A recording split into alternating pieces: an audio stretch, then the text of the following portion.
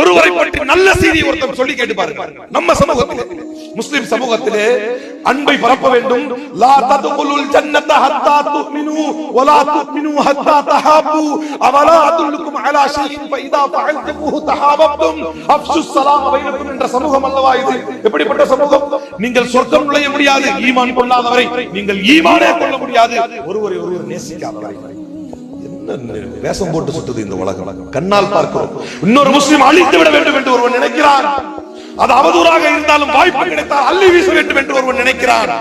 அது பொய்யாக இருந்தாலும் ஒருவரை அமைக்கி விட வேண்டும் என்று ஒரு முஸ்லிம் நினைக்கிறான். பொருளாதாரத்திலே மோசடி செய்து அவனை காலி செய்கிறான், அவன் மீது பொய்யை பரப்புகிறான், இட்டு கட்டுகிறான், கோல் போடுகிறான், கணவன் மனைவியை பிரிக்கிறான். இவர்கள் எல்லாம் ஒருபோதும் சொர்க்கம் நுழைய முடியாது. அல்லாஹ்வுடைய தூதரின் தீர்ப்பு. லா ததுகுலுல் ஜன்னத ஹத்தா துமினு, நீங்கள் ஈமான் கொள்ளாதவரை சொர்க்கம் நுழைய முடியாது. வலா துமினு ஹத்தா தஹாபு, ஒருவரை ஒருவர் உள்ளத்தால் நேசிக்காதவரை. மீண்டும் சொல்கிறேன், நான் சொல்லும் நேசம் என்பது நான் நல்லா பேசுவேன் அவர்கிட்ட, அஸ்ஸலாமு அலைக்கும் நல்லா இருக்கீங்களா, அந்த நேசம் அல்ல.